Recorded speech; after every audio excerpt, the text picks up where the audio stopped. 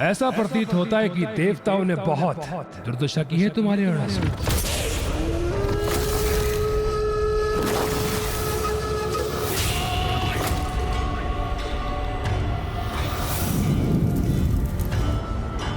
उन तुच्छ देवताओं में इतना सामर्थ्य कहां? उन्होंने नहीं, मैंने की है उनकी दुर्दशा। देखो दुर्गमासुर, देखो देखो दुर्गमासुर, देखो। तो फिर तुम्हारे भवन को इस प्रकार नष्ट भ्रष्ट किसने किया? था एक तुच्छ गजमुख बालक जिसे कम आंकने की भूल कर बैठा मैं, क्योंकि मेरा भवन इतनी सरलता से पूर्ण रूप से नष्ट नहीं हो सकता, क्योंकि जितना वो थल के ऊपर है उतना ही थल के नीचे भी उसका निचला भाग तो अभी पूर्ण रूप से सुरक्षित है। इसीलिए तुम्हें कोई चिंता करने की आवश्यकता नहीं दुर्गमासुर।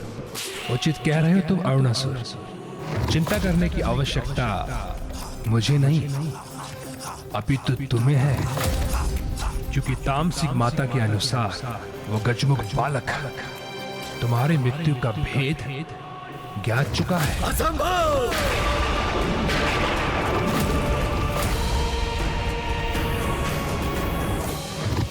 अरुणासुर, बहुत कपटी होते हैं देवता, इनका तनिक भी विश्वास करना अनुचित है।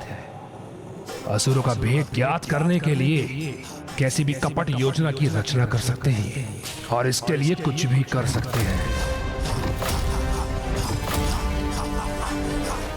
यहां तक कि वर्तमान से अतीत में यात्रा भी कर सकते हैं और ये ज्ञात कर सकते हैं तुम्हारी मृत्यु एकमात्र 6 पांव वाले कीट के द्वारा ही हो सकती, जिसका स्वर ब्रह्मनाद के समान गूंजता हो। इससे कैसे ज्ञात हुआ मेरा रहस्य? अर्थात सत्य कह रहा है ये, मेरे वध का भेद उजागर हो गया। इसलिए तुम्हें सावधान करने आया हूं मैं। तुम्हारे पास बस 2 ही अवस्था है, या तो भीषण युद्ध के लिए तैयार हो जाओ, अपितु अपने निर्मम वध के लिए।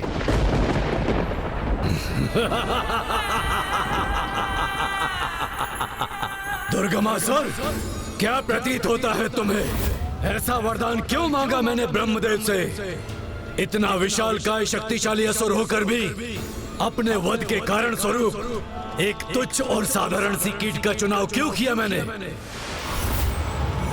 कितना भी प्रयास कर ले ये तुच्छ सी कीट मुझे कोई क्षति नहीं पहुंचा सकती, वो भी एक मादा कीट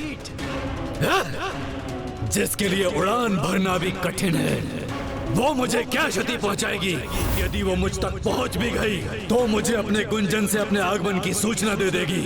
तब मैं तो क्या, मेरी एक तुच्छ सी छिपकली उसे निगलकर अपना आहार बना लेगी।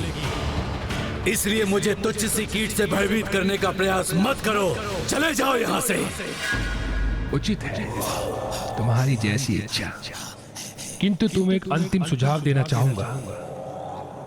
अपने इस महल की सुरक्षा कड़ी कर लो, किंतु माता आदि शक्ति तुम पर किस प्रकार आक्रमण करेगी इसका आकलन लगाना बहुत ही मुश्किल है।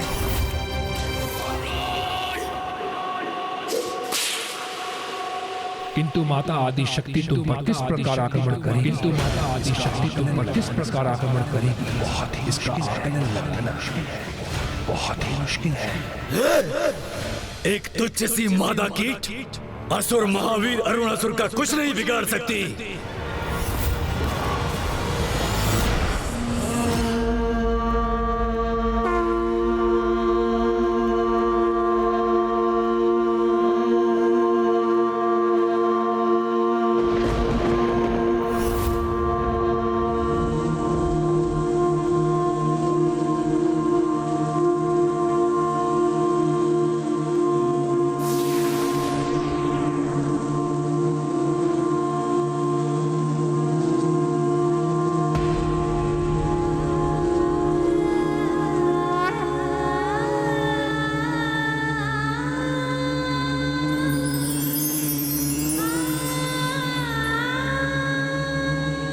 जिन कीटों को वो असुर तुच्छ समझता है, आज वही कीट उस दुष्ट के संहार का कारण बनेंगे।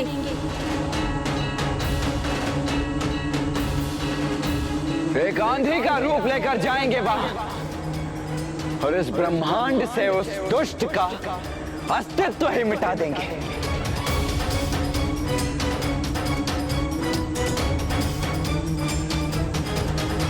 या देवी सर्वभूतेषु मारूपेण संस्थिता। तुम्हारे जीवन की उल्टी गिनती आरंभ हो गई अरुणासुर। आज तुम्हें यह ज्ञात होगा कि किसी की तुच्छता का आधार उसका आकार नहीं, उसका आचरण होता है, और तुम्हारा ये दुष्टतापूर्ण आचरण ही तुम्हारी तुच्छता का प्रतीक है।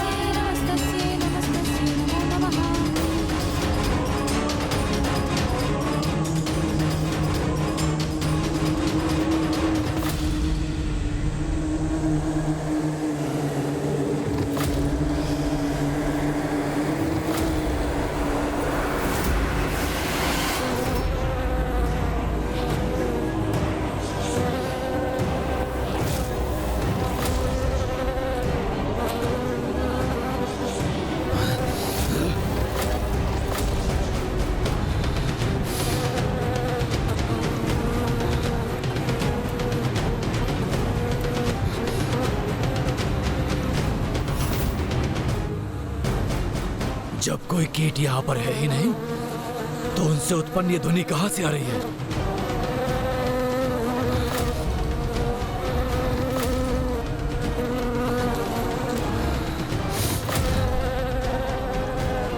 यहाँ तो कोई भी नहीं है।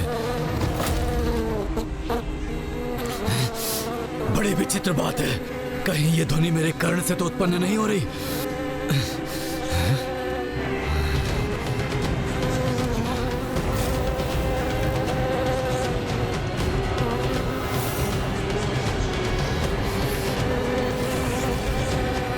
ए प्रहरी, तुम्हें ये भिनभिनाहट सुनाई दे रही है? नहीं।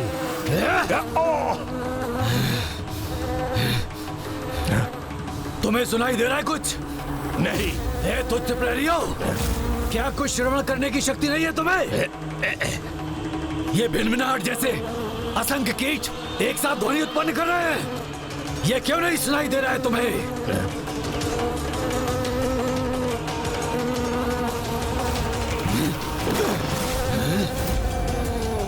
क्योंकि यह भिनभिनाहट नहीं, तुम्हारी मृत्यु के आगमन का स्वर है अरुणासुर।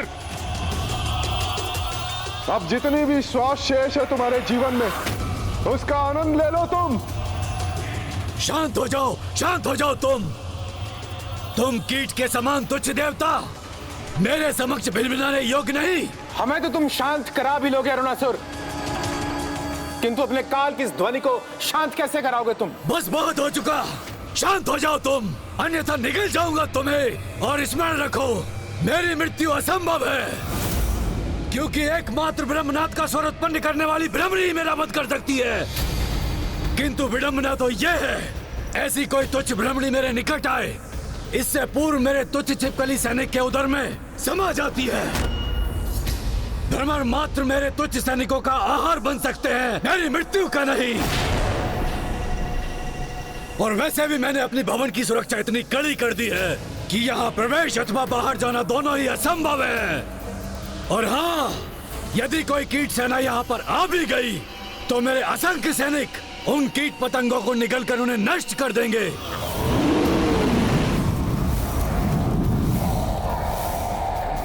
और यदि कोई मेरे प्रथम स्तर पर स्थित सैनिक से आगे भी बढ़ाया, तो इस भवन के दूसरे स्तर पर तो मेरी चमगादड़ प्रहरियों की सेना से सामना करना होगा उसे, जिनमें से प्रत्येक चमगादड़ अकेला ही असंख्य कीटों का संहार करने में सक्षम है। और तब भी यदि कोई कीट शेष रह गया, तृतीय स्थल पर उन्हें मेरे विषैले अनुघातक सैनिकों के प्रहारों का सामना करना होगा, जिनके छोड़े विषैले द्रव्य किसी भी प्रकार के कीट का अंत करने में सक्षम है। और यदि कोई कीट किसी प्रकार वहां से आगे बढ़ भी आया, तो उसके अगले तल पर, जो इस तल से एक तल ऊपर है, जहां हम स्थित हैं, ऐसा विनाशकाय धूम्र प्रवाह कर रहे हैं मेरे सैनिक कि कोई भी कीट वहां से आगे नहीं बढ़ सकता।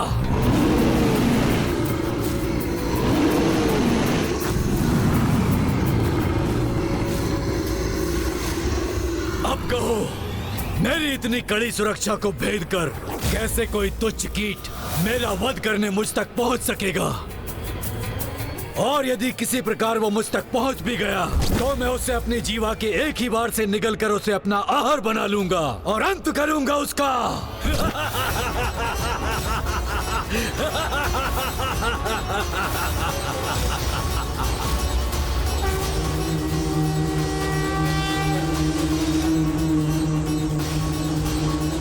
प्रहरी, कहां मर गए हो सभी?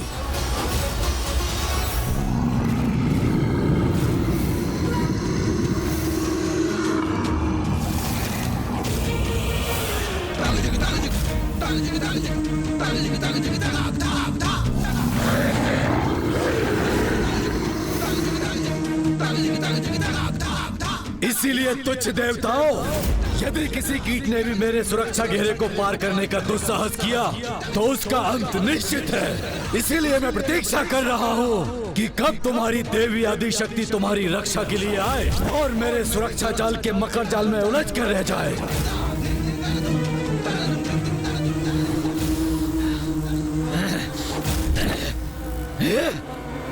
फिर से ये अप्रिय भिनभिनाहट ध्वनि का श्रवण हुआ मुझे। ध्यान से सुनो और देखो अरुणासुर, कहीं ये माता के आगमन का ही संकेत तो नहीं, क्योंकि वो यहां अवश्य पहुंचेंगी और जब ऐसा होगा तो निरर्थक हो जाएंगे तुम्हारे ये दम भरे वचन और अंत होगा तुम्हारा।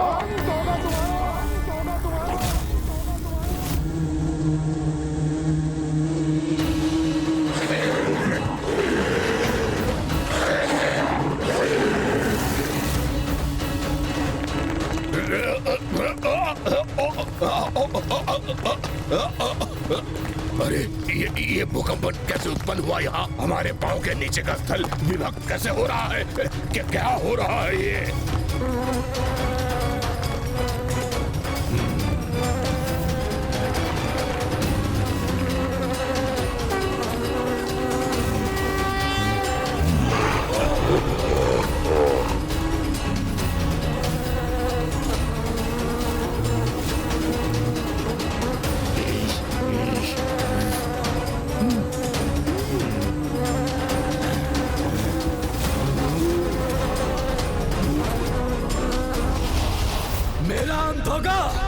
कोई नहीं कर सकता मेरा अंत। एक तुच्छ कीट तो कदापि नहीं। मैं सर्वशक्तिशाली विशालकाय असुर, तुम्हारे रक्षक अथवा तुम्हारी भिनभिनाहट से कदापि विचलित नहीं होऊंगा। मैं कोई आवश्यकता नहीं है मुझे ध्यान देने की। यदि है किसी में इतना साहस तो मेरे सुरक्षा घेरे को पार कर मुझ तक पहुंच कर दिखाए।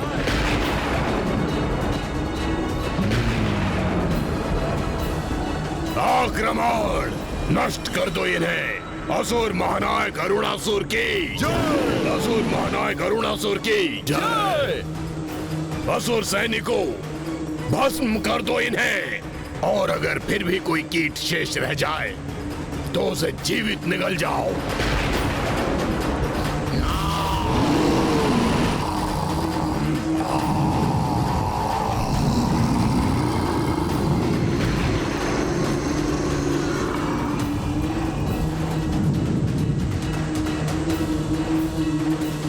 अरे रुक क्यों गए? आगे बढ़ो और तैयार हो जाओ हमसे भस्म होने के लिए।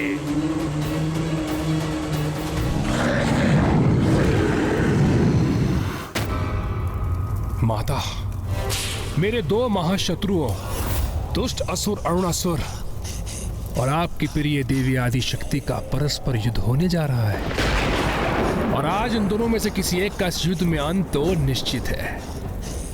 इसलिए माता, मुझे आप ऐसी दिव्य दृष्टि प्रदान करें जिससे मैं इस युद्ध का आनंद उठा सकूं और स्वयं अपने नेत्रों से इसका परिणाम भी देख सकूं। प्रथम बार कुछ अच्छा मांगा है तूने मुझसे।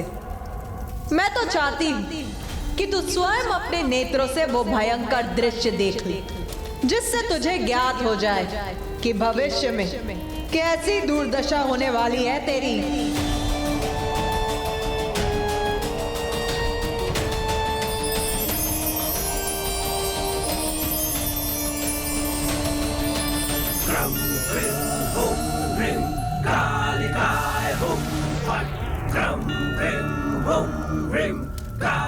धन्यवाद माता, धन्यवाद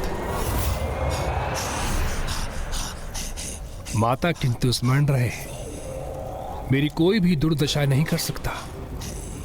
यदि आज किसी की दुर्दशा होगी तो देवी आदि शक्ति की, क्योंकि मेरे सावधान करने पर अरुणासुर ने अपने भवन के भिन्न तलों पर ऐसे सुरक्षा घेरे स्थापित किए हैं कि किसी एक कीट का उसे पार करना कदापि संभव नहीं। मृत्यु जब आती है मूर्ख, तो असंभव होता है उसे रोकना। विश्वास नहीं होता ना तुझे मेरे शब्दों पर? तो स्वयं देख।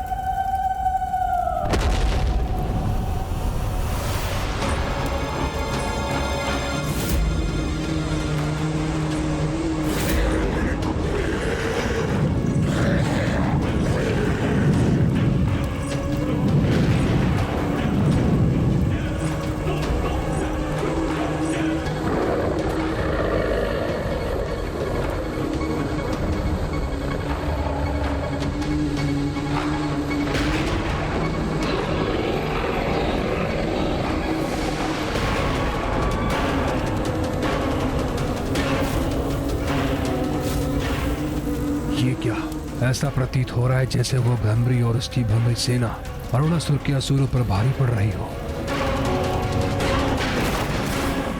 ये भ्रमर कीट कैसे भी भयंकर मेघ उत्पन्न करते हैं, किंतु हम अभी अपने अग्नि प्रहार से इन्हें भस्म कर देंगे। अग्नि प्रहार करो।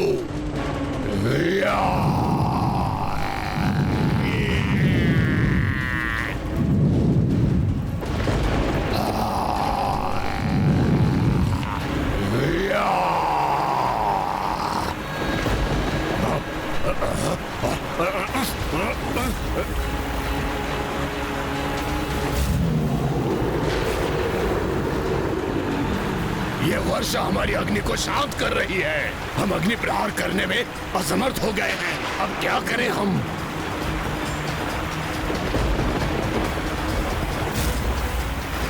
ये भ्रमर कीट सेना हम पर आक्रमण करने जा रही है। अब कैसे होगी हमारी रक्षा?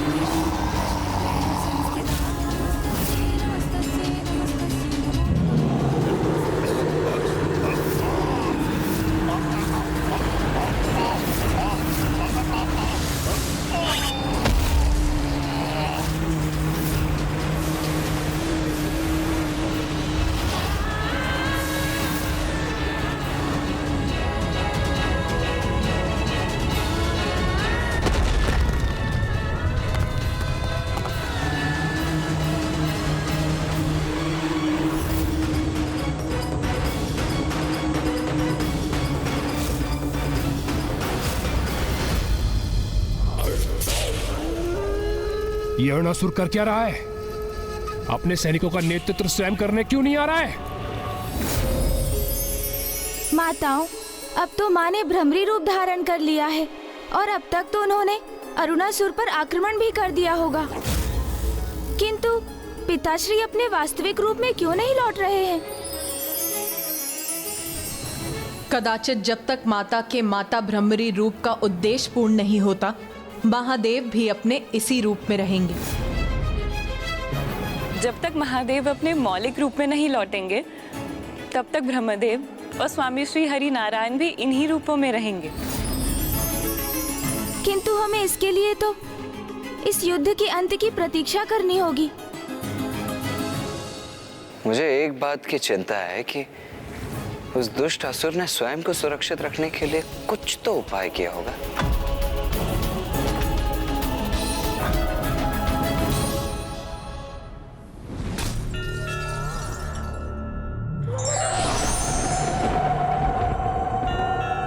प्रणाम माता। प्रणाम माँ। कल्याण।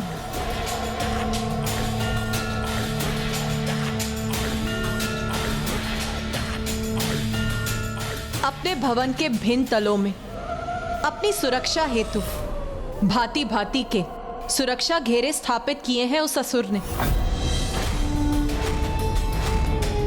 जैसे कि कीट पतंगों को अपना आहार बनाने वाले चमगादड़, विषैले द्रव्यों को उत्पन्न करने वाले छिपकली असुर और उष्णता और धूम का प्रवाह करने वाले असुर।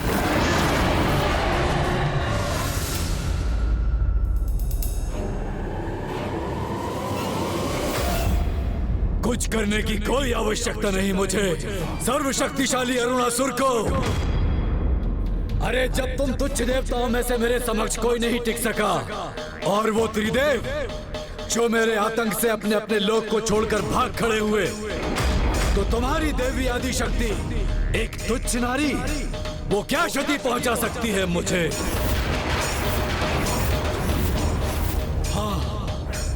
उस गजमुख को कम आंकने की भूल कर बैठा था मैं, इसीलिए वो मेरे हाथों से निकल गया।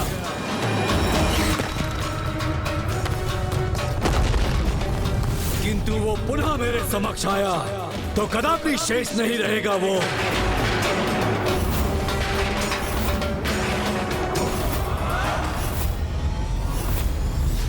उस भ्रमरी ने सुरक्षा घेरे को तोड़कर प्रथम चरण को पार कर लिया है और अब वो बड़ी तीव्रता से दूसरे सुरक्षा घेरे की ओर बढ़ रही है महाराज। महाराज, उस भ्रमरी ने सुरक्षा घेरे को तोड़कर प्रथम चरण को पार कर लिया है और अब वो बड़ी तीव्रता से दूसरे सुरक्षा घेरे की ओर बढ़ रही है महाराज। बढ़ रही है महाराज।